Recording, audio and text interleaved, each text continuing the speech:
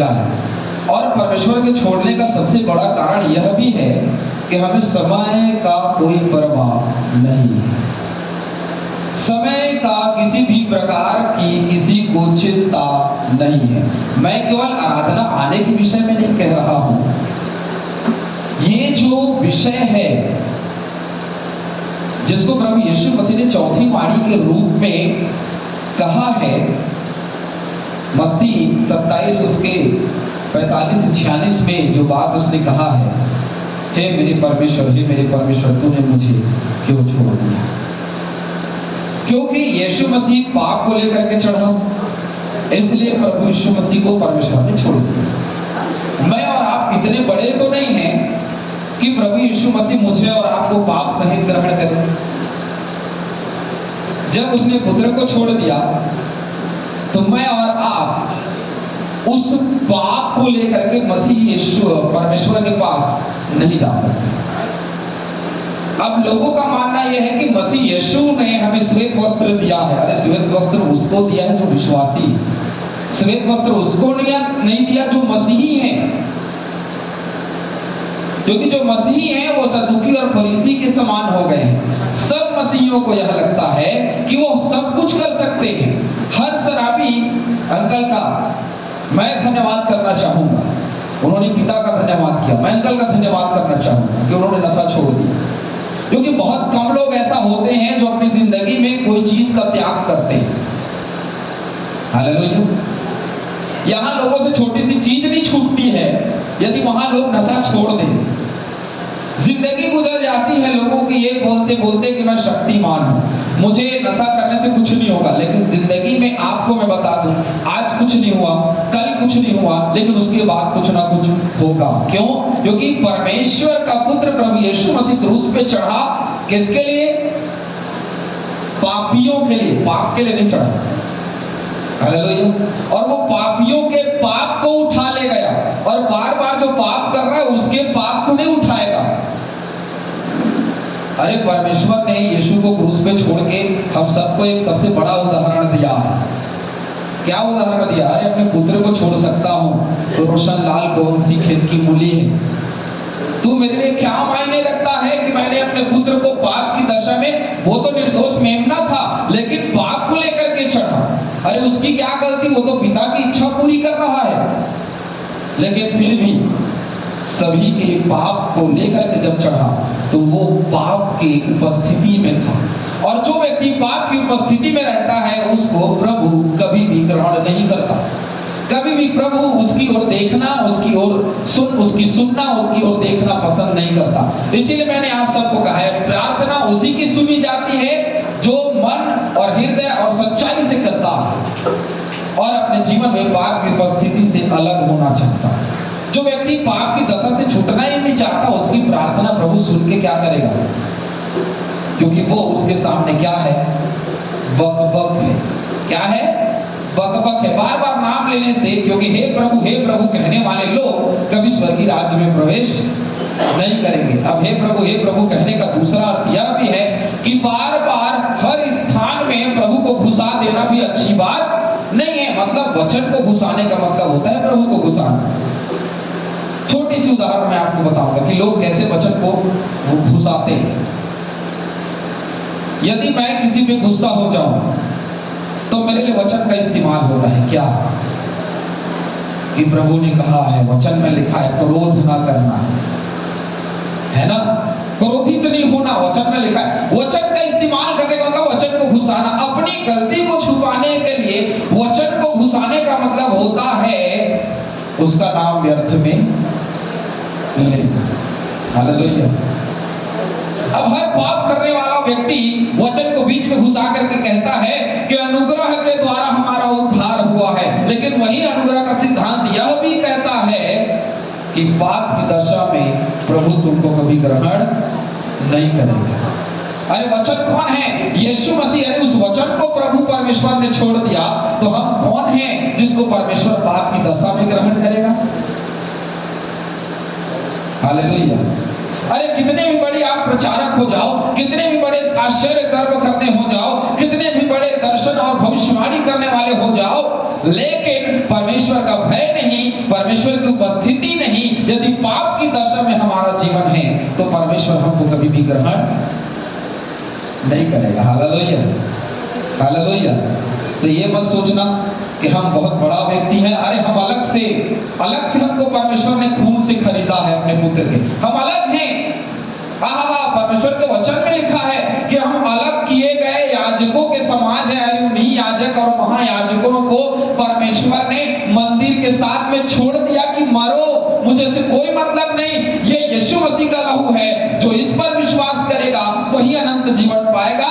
अब याजक और महायाजक तुम व्यवस्था का ढोंग रचाते रहो, जिसको परमेश्वर ने व्यवस्था दी, अब तुम ढोंग रचाते रहो, उससे मुझे कोई मतलब नहीं। अब जो यीशु मसीह पर विश्वास करेगा वही अनंत जीवन पाएगा। हालेलुया। क्योंकि पाप की दशा है, पाप की उपस्थिति है, उसने अपने समाज को, तो उसने अपने उस जाति को छोड़ दिया, उस नीच प्रजा को छोड़ दिया जो वो लेकर के चल रहा था। हालेलुया। क्योंकि वो पाप की दशा और पाप की उपस्थिति में थे। तो आज यदि हम पाप की दशा और पाप की उपस्थिति में हैं तो वो हमको ग्रहण नहीं करेगा। पहला तीमुथियुस की किताब उसके 2:5 में लिखा है, क्योंकि परमेश्वर एक ही है। कितना है? क्या लिखा है? परमेश्वर एक ही है और परमेश्वर मनुष्यों के बीच में भी एक ही पिछवई है। परमेश्वर और मनुष्यों के बीच में एक ही पिछवई है, दूसरा और कोई नहीं आता है। तो दूसरा पाप कहां से आ जाता है? पाप परमेश्वर और हमारे बीच में यदि पाप है और यीशु मसीह नहीं है, और यदि पाप है और वचन नहीं है, तो फिर उसका स्थान कोई तीसरा लेकर रखा हुआ है, जिसको बोलते हैं हम शैतान। और पिछवई कौन है? बीच में पाप कर रहे हैं तो बीच में शैतान है, लेकिन होना किसको चाहिए? प्रभु यीशु मसीह को। लेकिन आज पाप की दशा की वजह से शैतान हमारे बीच में है, और परमेश्वर जो देखता है वो शैतान के आईने से हमको देखता है और समझ पाता है कि हम तो क्या हैं? क्या हैं? पापी हैं। हालेलुया। क्या हैं? पापी हैं। और इसीलिए वचन कहता है कोई धर्मी नहीं, एक भी धर्मी नहीं, सब परमेश्वर की महिमा से रहित हैं, सब परमेश्वर की महिमा से बाहर हो चुके हैं। अब वो तो वाचा है परमेश्वर का कि मैं जल प्रलय से दुनिया नहीं मिटाऊंगा, नहीं तो दूसरा जल प्रलय आ जाता, सब मिट जाता। क्योंकि परमेश्वर जब नीचे देखता है तो उसने बनाया था इंसान, नीचे देखा तो सब लोग कीड़े मकोड़े की जिंदगी जीने लग गए, रेंगने वाले, लौटने वाले, चलने वाले कीड़े मकोड़े की जिंदगी जी रहे। यदि हमको मसीह यीशु में जीवन नहीं जीना है तो आप मसीह यीशु के नाम का ढोंग मत रचाइए, अलग हो जाए। हालेलुया। क्योंकि ऐसे काम करने से परमेश्वर ग्रहण नहीं करेगा। क्योंकि ऐसे काम करने से परमेश्वर क्यों नहीं ग्रहण करेगा? क्योंकि पाप की दशा में उसने पुत्र को छोड़ दिया। तो हम कौन हैं जिसको प्रभु गले लगा करके रखे? पांचवी वाणी जिसको बहुत अच्छे से मुस्कान ने बोला है और बहुत सारी नए बातों को उसने उसमें जोड़ा। वो कौन सी आत्मा है जिसको यीशु मसीह ने पिता को सौंपा? क्योंकि जी उठने के बाद मरियम मगदलिनी और मरियम थे, उसको उसने कहा कि मुझे मत छुओ, क्योंकि अभी मुझे कहाँ जाना है? पिता के पास जाना है। लेकिन यहाँ पे बात क्या कर रहा है? मैं अपनी आत्मा तुझे सौंपता हूँ, है ना, ये बात बोलता है। और वहां पे यह भी बोल रहा है कि प्यास है। तो वह कौन सी आत्मा है जिसको प्यास है? पांचवी और सातवीं वाणी का बड़ा गहरा कनेक्शन है, दोनों एक दूसरे से जुड़ा हुआ। एक तो आत्मा सौंपने की बात, और वो कौन सी आत्मा है जिसको प्यास है? क्योंकि यीशु मसीह जब जी उठे तो जी उठने के बाद में वो बोलते हैं कि मुझे पिता के पास अभी तक मैं गया नहीं हूं, मुझे छूना नहीं, मर जाओगे नहीं तो भस्म हो जाओगे, तो मैं पिता के पास जाऊंगा। उसके बाद जब मैं आऊंगा तो थोमा जैसा व्यक्ति क्या करेगा? मेरे पंजर में उंगली डाल करके देख पाएगा। तो ये कौन सी आत्मा है जिसको पिता को वो सौंप दिया? और जो जी उठा वो कौन है? सोच करके देखो। हालेलुया। ये वो आत्मा हो सकती है जो परमेश्वरत्व और मनुष्यत्व के बीच का, क्योंकि वो ईश्वरों का ईश्वर है और वो 100% मनुष्य भी है। क्यों? क्योंकि उसको दर्द हुआ, लिखा यीशु रोया, अर्थ परमेश्वर को रोने की जरूरत है। नहीं, वो मनुष्य था इसलिए रोया। उसको तकलीफ हुई, उसको दर्द हुआ, उसको भूख लगी, उसको प्यास लगी, सब कुछ हुआ। उसको नींद लगती थी, वो सोता था, वो रोता था, सब कुछ जो हम करते हैं वो सब होता था। माता मरियम की चिंता उसको हुई, इसलिए क्योंकि वो मनुष्य है और वो व्यवस्था को पूरी करने वाला है, और इसीलिए उसने कहा पूरा हुआ। अरे हर चीज तो पूरा कर दिया उसने, क्या बचा जो वो पूरा ना कर सके? हालेलुया। कुछ बचा था क्या? पांचवी माड़ी जिसमें लिखा है कि मैं प्यासा हूं, ये कौन सी आत्मा है जिसको प्यास है? क्योंकि अभी महिमामय स्थान में नहीं गया, तो कौन सी आत्मा है? अब आप चौंक जाओगे जो मैं आगे बोलने वाला हूं, क्योंकि सिरका पीने के बाद उसने फिर नहीं कहा कि मैं प्यासा हूं। हालेलुया। सिरका पीने के बाद फिर उसने नहीं कहा कि मैं प्यासा हूं, लेकिन उसको प्यास सचमुच में किसकी लगी थी? वो दो तरह की प्यास थी जो लग रही थी। वो दो तरह से लोगों को समझाना चाह रहा था। एक तो सामरी स्त्री का वो जल जो वो पीना चाहता था, उसने कुएं का पानी पिया क्योंकि उसको प्यास लगी, लेकिन उसने एक और मतलब से उसको कहा था, यदि तू मुझे अपना जीवन दे दे तो तुझे अनंत जीवन मिलेगा और तू फिर कभी प्यासी। उसको प्यास लगी तो उसने पानी मांगा, लेकिन एक आत्मा की प्यास, यदि वो स्त्री उसकी आत्मा की प्यास को बुझा दे। पढ़िए यूहन्ना 4, यूहन्ना रचित सुसमाचार 4 अध्याय निकालेंगे। बड़ा ही मजेदार वचन है। जब सामरी स्त्री ने जल पिला लिया, उसके बाद में बहुत सवाल जवाब हुआ यीशु मसीह के साथ में उसका, है ना? अरे तू कौन से जल की बात करता है? हमारे बाप दादों ने तो बहुत भजन गाया है। हम क्या बोलते हैं? हमने बहुत भजन गाया प्रभु, अरे हमने बहुत महिमा किया प्रभु, तो क्या तेरी प्यास नहीं बुझी प्रभु? अरे हमारे बाप दादों ने बहुत भजन गाया। अरे बाप दादों ने भजन गाया होगा मेरी माता, लेकिन तुमने क्या किया है? 5 पति किया है और छठवा जो है वो भी तुम्हारा नहीं है, इसलिए तुम्हारे जीवन में अनंत जीवन की प्यास है। हालेलुया। यदि आज हम पापी हैं तो हमारे जीवन में अनंत जीवन की प्यास है। 13 वचन से 23 वचन से आगे पढ़ना आरंभ करेंगे। 4 का 23 पढ़िए जिसको मिलता है, यूहन्ना 4:23। परंतु वह समय आता है और अब भी है जिसमें सच्चे भक्त पिता का भजन आत्मा और सच्चाई से करेंगे, क्योंकि पिता अपने लिए ऐसे ही भजन करने वालों को ढूंढता है। क्या करने वालों को ढूंढता है? रुक जाएंगे। क्या करने वाले को ढूंढता है? आत्मा और सच्चाई से भजन करने वालों को ढूंढता है, और वही उसकी प्यास है। और वो भीड़ में क्रूस पे लटके हुए क्या ढूंढ रहा था? क्योंकि सब लोग उसको देख करके हंस रहे हैं, सब लोग देख करके उसका मजा ले रहे हैं कि यीशु क्रूस पे चढ़ा है। आहा, क्या आनंद है लोगों को, क्योंकि उनको आदत हो चुकी थी मजा लेने का। आज व्यक्ति यदि नशा करता है तो उसको नशा करने का आदत हो गया, उसको उसी में मजा आता है। आज कोई व्यक्ति कोई चीज खाने और पीने की धुन में है तो उसको उसी में मजा आता है। यदि कोई व्यक्ति जुआ खेल रहा है तो उसको जुआ खेलने में ही मजा आता है।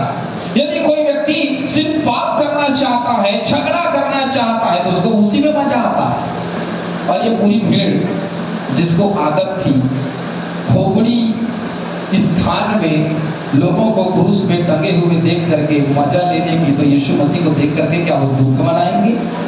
उनको आदत हो गई, और उसी आदतन यीशु मसीह को मरता हुआ देख रहे हैं और यह बोलता हुआ भी देख रहे हैं कि मैं प्यासा हूं। क्यों? क्योंकि ये भीड़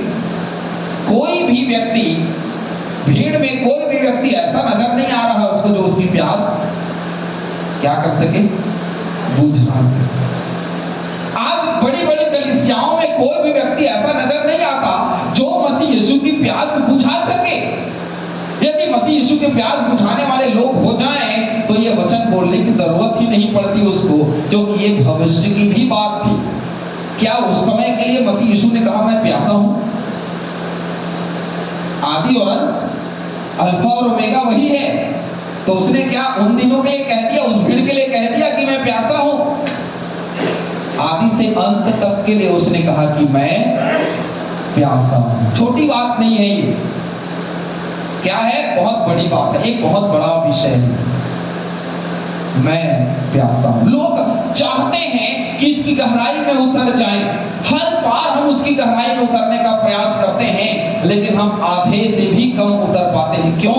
क्योंकि ये वचन जो है वो बहुत गहरा है। क्योंकि जगत के उद्धारकर्ता और जगत की उत्पत्ति करने वाला, जिसने पानी में से पूरी सृष्टि को अलग किया और जिसने क्या किया, गहरे जल में अंधियारा था उसमें से अंधियारे को अलग किया और उसने जल प्रलय के द्वारा लोगों को डुबा दिया, जिसने मूसा के दिनों में लाल समुद्र को आज्ञा दी वो दो भाग में बट गया और पत्थर से पानी निकल गया, वो परमेश्वर यहोवा का पुत्र कहता है कि मैं प्यासा हूं। तो मजाक नहीं है कि वो प्यासा है। हालेलुया। एक बहुत बड़ा विषय है उसके जीवन में, और वो आदि के लिए या उस समय के लिए नहीं था, वो भविष्य के लिए भी था कि आज वो कलीसिया को यदि यहां से खड़े होकर के देखता है तो वो क्या पाता है, क्या पाता है? अभी भी वो कहता है कि मैं प्यासा हूं। हालेलुया। क्योंकि उसकी प्यास बुझाने वाला कोई, नाम बड़ा हो सकता है, काम बड़ा हो सकता है और उसके आश्चर्य कर्म बड़े बड़े हो सकते हैं, लेकिन यीशु मसीह आज भी कहता है मैं प्यासा हूं। हालेलुया। हालेलुया। कितने लोग इस बात में सहमत हैं कि प्रभु आज भी कहता है कि मैं प्यासा हूं? क्यों? क्योंकि हमने कभी उसकी प्यास बुझाई नहीं। कौन बुझाएगा? मेरा पड़ोसी। अरे कौन जाएगा? मेरा पड़ोसी। आज मुझे काम है, मैं नहीं जा रही हूं या मैं नहीं जा रहा हूं, आज मुझे समय हो जा रहा है, आज मेरे घर में खाना लेट पका है, आज मेरे घर में नाश्ता लेट पका है, आज मेरे घर में मेहमान आ गए हैं, तो कैसे आत्मा की प्यास बुझेगी? क्योंकि आज भी हमें संसार की चिंता हो रही है। हालेलुया। क्या कहता है वचन? अरे क्या खाओगे, क्या पियोगे, उसकी चिंता मत करो, केवल प्रभु की महिमा करो। अरे प्रभु की महिमा करने के लिए हम भोजन पकाते हुए आराधना में लेट हो जा रहे हैं, तो आत्मा की प्यास कैसे बुझेगी? हालेलुया। हालेलुया। आत्मा की प्यास कैसे बुझेगी? आज हम अपने कार्यों में ध्यान देते हुए ये कहते हैं कि मेरे जीवन में बड़ी जिम्मेदारी है। अरे तो आपकी जिम्मेदारी परमेश्वर के काम से बड़ी है क्या? नहीं, आज मेरा काम मेरे परमेश्वर के कार्य से, मेरे परमेश्वर की महिमा से बड़ा है। ये जो स्त्री है वो ये कह रही है कि मेरे बाप दादों ने भजन गाया है तेरा। अरे भजन तो गाया, लेकिन तू क्या कर रही है? 5 पति कर चुकी है और छठवां भी जिसके साथ तू है वो तेरा नहीं है। हालेलुया।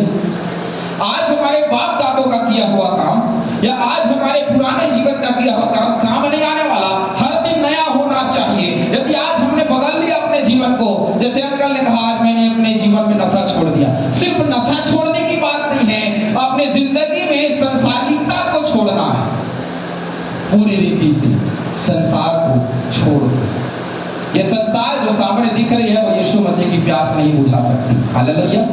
मैं और आप यदि प्यास बुझाना चाहते हैं तो क्या करें? क्या करें?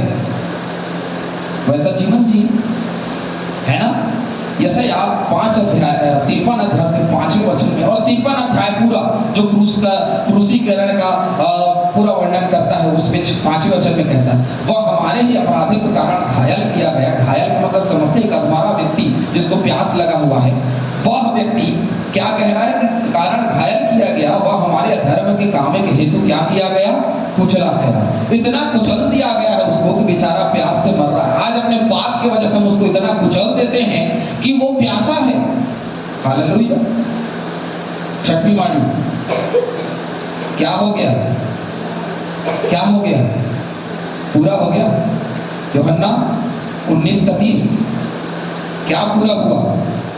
इब्रानियों की किताब 10:10 में लिखा है, उसी इच्छा से हम भी यीशु मसीह की देह के एक ही बार बलिदान चढ़ाए जाने के द्वारा पवित्र किए गए लोग हैं। अब पहले जमाने में लोग कैसे पवित्र होते थे? लहू के छिड़काव से, बलिदान से। लेकिन अभी बलिदान किसका हुआ? यीशु मसीह का हुआ। अभी बलिदान किसका हुआ? यीशु मसीह के लहू का हुआ। और सारे छिड़काव किसका हुआ? यीशु मसीह के लहू का हुआ। तो अब जिसने बलिदान किया है उसने बोल दिया मुंह से कि भाभी भैया तुम्हारे लिए काम मेरे जीवन में पूरा हो गया, मैं तुम्हारे अगले कोई दूसरा काम करने वाला नहीं, एक ही बलिदान है और दूसरा बलिदान मैं किसी के लिए दूंगा नहीं, अब न्याय करने आऊंगा। हालेलुया। अब जितनी दया मुझे दिखानी थी, जितना अनुग्रह तुम पे करना था, क्रूस पे से मैंने कर दिया। ये काम पूरा हो गया जो भविष्यवक्ताओं ने लिखा, जो भजनकार दाऊद ने लिखा, जो उत्पत्ति से चला आ रहा है कि उसके सिर को कुचलेगा, मैंने शैतान के सिर को कुचल दिया। अब दोबारा मत बोलना आप लोग कि प्रभु मेरे पाप क्षमा कर। हालेलुया। क्या बोला उसने? अब दोबारा मत बोलना कि पाप क्षमा कर। अब दोबारा बलिदान चढ़ाने नहीं आना, दोबारा बलिदान चढ़ाने नहीं आना, दोबारा लहू का छिड़काव करने नहीं आना। एक ही बलिदान मैंने दे दिया और वो सब कुछ पूरा हो गया। और दोबारा इस बात को कोई अपने चर्चा में ना लाए कि यीशु मसीह ने हमारे पापों के लिए बलिदान दिया तो हम पाप करते रहे। हालेलुया। अपराध करते रहे, पाप की दशा में अपने जीवन को बिताते रहे। आमीन। और इब्रानियों 10:14 में लिखा है, क्योंकि उसने एक ही चढ़ावे के द्वारा, किसके द्वारा? क्या वचन है, बहुत ही सुनहरा वचन। इसको कोई कृपया करके बहुत इत्मीनान से पढ़ दे। इब्रानियों की किताब 10:14 वचन। क्योंकि उसने एक ही चढ़ावे के द्वारा उन्हें जो पवित्र किए जाते हैं सहारा के लिए सिद्ध कर दिया। यदि परमेश्वर ने अपने पुत्र के द्वारा हमको सिद्ध कर दिया है तो सिद्ध वो मनुष्य क्या करता है? पाप करता है। जो पाप करता है उसको सिद्ध नहीं बोला जा सकता, जो अपराध करता है उसको सिद्ध नहीं बोलते। तो क्या बोलते हैं? अधर्मी। धर्म नहीं बोल सकते उसको, क्या बोलते हैं? अधर्मी। और अधर्मी व्यक्ति परमेश्वर के सामने खड़ा नहीं हो सकता, उसके काम उसके लिए आज भी अधूरे हैं। और जिसके जीवन में उसका काम अधूरा है वो कभी भी इस वचन को अपने जीवन में लागू नहीं कर सकता कि प्रभु तूने मुझे अपने जीवन में अपने लहू के द्वारा मेरे लिए बलिदान के कार्य को पूरा कर दिया है। हालेलुया। हालेलुया। यदि मैं और आप उसके बलिदान के कार्य को पूरा करना चाहते हैं, उसकी अंतिम इच्छा को पूरा करना चाहते हैं, क्योंकि इसके बाद उसने प्राण छोड़ दिया ना, मैंने अपने हाथ में तुझे सौंपता हूं बोलकर उसने अपने प्राण त्याग दिए। उसकी इच्छा क्या थी? पूरा हुआ। अरे प्रभु मैंने तेरे काम को पूरा कर दिया, परमेश्वर की इच्छा को पूरा कर दिया। क्या पूरा किया उसने? उत्पत्ति 3:15 में जो लिखा उसको पूरा कर दिया। भविष्यवाणी में जो बात लिखी थी यशायाह की किताब में उसको पूरा कर दिया। भजन संहिता 22 अध्याय में जो भजनकार दाऊद कहता है उसको पूरा कर दिया। 103 अध्याय में जो भजनकार दाऊद कहता है उसको पूरा कर दिया। हर एक वचन को परमेश्वर के पुत्र प्रभु यीशु मसीह ने पूरा कर दिया। अब कुछ नहीं बचा। अब सिर्फ क्या बचा है? प्रकाशित वाक्य का किताब बचा है। और जिसका मतलब आप समझते हैं कि वो क्या है? प्रभु मैं अपनी आत्मा तेरे हाथों में सौंपता हूं। 7वीं वाणी, प्रभु मैं अपनी आत्मा तेरे हाथों में सौंपता हूं। ये कौन सी आत्मा की बात कर रहा है? अभी भी कंफ्यूजन है। एक आत्मा यह है जो मेरा स्वयं का है, जो मेरे रक्त में दौड़ता है, जिसको बोलते हैं प्राण, है ना। और एक आत्मा है जो पवित्र आत्मा मुझे दिया गया है। और पवित्र आत्मा तो स्वर्ग का है, उसको मैं कैसे सौंपूंगा? तो मेरी कौन सी आत्मा है जिसको मुझे सौंपना है? और मरने के बाद, क्योंकि यीशु मसीह को पता था कि वो मरने वाला है, हमें तो नहीं पता हम कब मरेंगे। पता है क्या किसी को? अभी भाई भुवन जी आपको पता चलेगा थोड़ी देर के बाद में, तो क्या होगा? बोलेंगे मैं अपनी आत्मा तेरे हाथों में सौंपता हूँ। यदि किसी को पता चल जाए ना तो सबको मन फिराने का अवसर मिल जाएगा, उस क्रूस पे चढ़े डाकू की तरह। लेकिन ऐसा अवसर सबको नहीं मिलता। मैंने कहा ना उसके जैसा कुछ नसीब हम लोग नहीं। हमको बहुत लंबा जीवन दिया, और जितना लंबा जीवन दिया आप समझ लीजिए कि जितना लंबा हमारा जीवन हो रहा है इसका मतलब यह है कि हम कहीं ना कहीं गलत हो गए, हमारा जीवन कहीं ना कहीं कोई दूसरे रास्ते बढ़ रहा है। लोग बोलते हैं मुझे लंबा जीवन चाहिए। मैं बोलता हूँ यदि प्रभु में बोला ना पौलुस कि मेरे लिए जीना मसीह और मर जाना, आप क्यों बोलता है? मेरा लंबा जीवन ना हो, मैं मर जाऊं तो ज्यादा अच्छा है। यदि मैं आज प्रभु में और आज ही मर जाऊं तो वाह क्या आनंद है। अच्छा है कि कल इसी पांव और इसी देह से मैं पाप करूं और इसी पांव और देह के कारण मैं नरक चला जाऊं, उससे अच्छा है कि ये देह और पांव आज ही खत्म हो जाए। यदि तेरा हाथ ठोकर खिलाए तो क्या कर? उसे काट के फेंक दे। अच्छा है कि हाथ सहित पाप करके नरक जाना, उससे बेहतर है कि बिना हाथ के तू कहां जा, स्वर्ग जा। हालेलुया। आज हम अंधे हैं तो बिना आंख के हम स्वर्ग जा सकते हैं, तो वो अच्छी बात है कि हम अंधे हैं। यदि आंख है और हम पाप कर रहे हैं, संसार को देखते हुए हम पाप कर रहे हैं, लालसा कर रहे हैं, तो वो आंख हमारे जीवन में किसी काम का नहीं है। हालेलुया। तो फिर क्या है? लूका 23:47 में लिखा है, सूबेदार ने जो कुछ हुआ था देखकर परमेश्वर की बड़ाई की और कहा, निश्चय यह मनुष्य क्या था? धर्मी था। उसके मृत्यु के बाद में जो कुछ भी हुआ है उसको हम कल शाम को देखेंगे कि उसके मरने से क्या प्रभाव हुआ। आज हम माड़ियों को देख रहे हैं, तो हम आज सिर्फ माड़ी को देखेंगे, लेकिन मरने के बाद में बहुत बड़ा प्रभाव हुआ था। बहुत सारी चीजें बदल गई, बहुत सारी चीजों में लोगों ने आश्चर्य किया, और लोगों ने जो भीड़ ये कहते हुए पाई गई थी कि इसको क्रूस पे चढ़ा दो, उसमें से बहुत सारे लोगों ने यह गवाही दी कि सचमुच में यह परमेश्वर का पुत्र था। हालेलुया।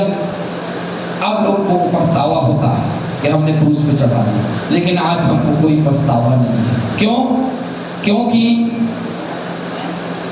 सातवां जो वचन है, सातवीं जो वाणी है, वो परमेश्वर से वचनबद्धता है। यदि मैं और आप वैसा जीवन जीते हैं, यह बोलते हैं आज कि प्रभु मैं अपनी आत्मा तेरे हाथों में सौंपता हूं, यदि मेरी आत्मा उसके हाथ में है, और तो मैं क्या हूं? उसका क्या हूं? क्या हो गया मैं?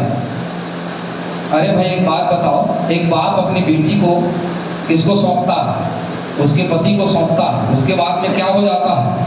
फिर क्या वो अपनी बेटी को अपने घर में रखता है? नहीं। क्या करता है? अपनी बेटी को उसके हाथ में देते ही उसको क्या कर देता है? और उसके पति के साथ में विदा कर देता है। आज पूरी कलीसिया का दूल्हा कौन है? यीशु मसीह। और अपनी आत्मा यदि हम उसको सौंपते हैं तो अपनी आत्मा उसके साथ भेज देना, अपने पास क्यों रखें? हालेलुया। क्योंकि विवाह से ही बहुत अच्छे से समझाया है प्रभु यीशु मसीह ने। 10 कुमारियों के दृष्टांत को हमने सुना है ना। तो विवाह के भोज में जो शामिल होता है वो तैयारी के साथ में शामिल है, तैयारी के साथ में जाए। बहुत सारे विवाह के उदाहरण हमको मिलते हैं। और श्रेष्ठ गीत में प्रभु के लिए दूल्हा और दुल्हन के गीत हैं, आपको पता है? नहीं पता? चलिए पढ़िए, श्रेष्ठ गीत निकालिए। एक आखिरी वचन हम देखेंगे।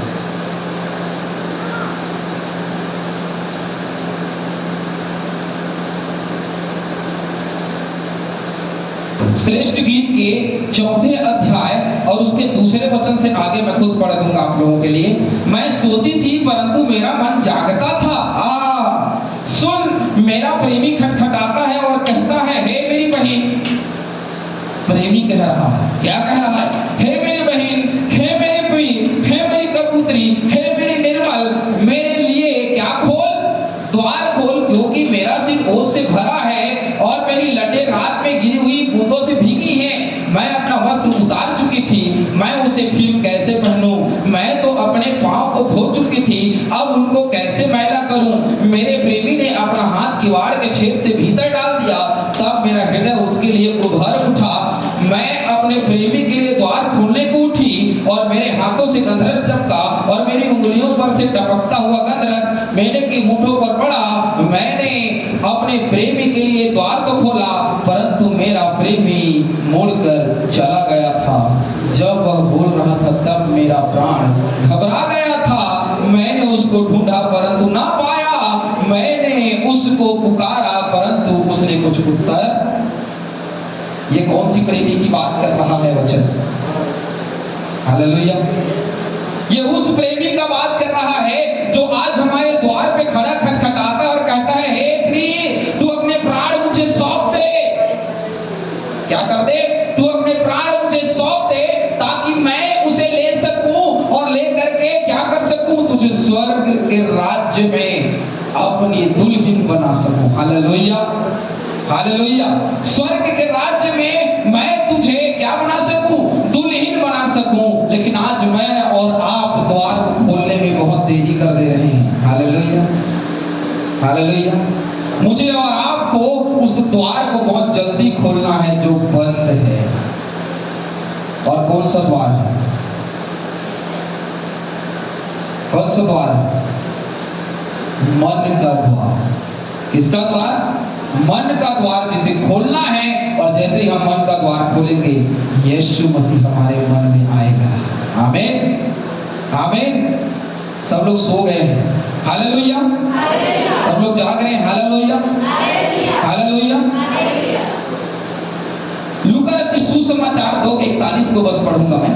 प्राण त्यागने से पहले यीशु ने अपने अंतिम वचन में परमेश्वर पिता के प्रति अपनी प्रतिबद्धता प्रकट की, जैसा उसने लिखा है। और उसने पहले ही भविष्यवाणी की। लूका 23:47 में, मरकुस 15:31 में लिखा है, सचमुच में यह मनुष्य परमेश्वर का पुत्र था, यह गवाही देते हुए लोगों ने कहा। प्रेरितों 16:31 में भी हम देखते हैं, वह परमेश्वर के पुत्र हैं, वह जीवित हुए हैं, शरीर से जीवित हुए, मर के जी उठे, वह स्वर्ग में चढ़ाए गए हैं, वह परमेश्वर के सीधे हाथ विराजमान हैं। प्रभु यीशु मसीह पर विश्वास कर तो तू और तेरा घराना क्या पाएगा? उद्धार पाएगा। यूहन्ना 14:6 में यदि हम पढ़ते हैं तो वहां लिखा है, बिना मेरे द्वारा कोई पिता के पास नहीं पहुंच सकता। हालेलुया। इन वचनों को हमने कल देखा था और आप सब जानते हैं कि उसके बिना कोई पिता के पास नहीं पहुंच सकता। मुझे और आपको यदि पिता के पास पहुंचना है तो अपनी आत्मा उसके हाथों में सौंपनी है। 7 वचन जो है वो पूर्णता का प्रतीक है। 7 कलीसिया, 7 दीवार, 7 तारे, 7 स्वर्गदूत प्रकाशित वाक्य में है, 7 दरवाजे। तो ये 7 का जो प्रतीक है वो पूर्णता का प्रतीक है, जो पूरा है, अधूरा नहीं है। 7 वाणी जो उसने कहा हमारे जीवन में हमारे लिए वो क्या है? पूरा है। और इसीलिए मसीह यीशु ने कहा पूरा हुआ। Hallelujah, hallelujah. परमेश्वर आप सभी को आशीष दे, अपने जीवन में प्रभु में निरंतर आगे बढ़ते रहें। आमीन। आइए हम अंतिम दुआ में जाएंगे और क्योंकि सब लोग थक चुके हैं, सब लोग अपने स्थान पे खड़े हो जाएं। कल की आराधना समय